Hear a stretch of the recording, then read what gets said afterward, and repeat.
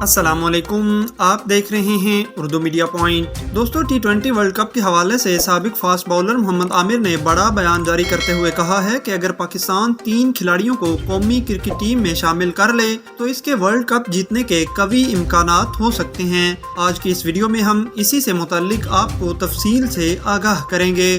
دوستو، گزشتہ روز ٹی20 world cup squad میں شامل قومی ٹیم کے کھلاڑی صہیب مقصود کی شرکت کمر میں درد کی وجہ سے مشکوک ہو گئی تھی، جس کے بعد پی سی بی نے انہیں اسکواڈ میں شامل ہونے سے روک دیا ہے۔ تاہم ابھی تک ان کی جگہ کسی متبادل کھلاڑی کا اعلان نہیں کیا گیا۔ اس حوالے سے سماجی رابطے کی ویب سائٹ ٹویٹر پر محمد عامر نے کہا کہ شعیب ملک، شرجیل خان اور وہاب ریاض کا ٹیم میں ہونا بہت ضروری ہے۔ ٹی20 ورلڈ کپ میں یہ کھلاڑی ٹیم کو بہت آگے تک لے جا سکتے ہیں۔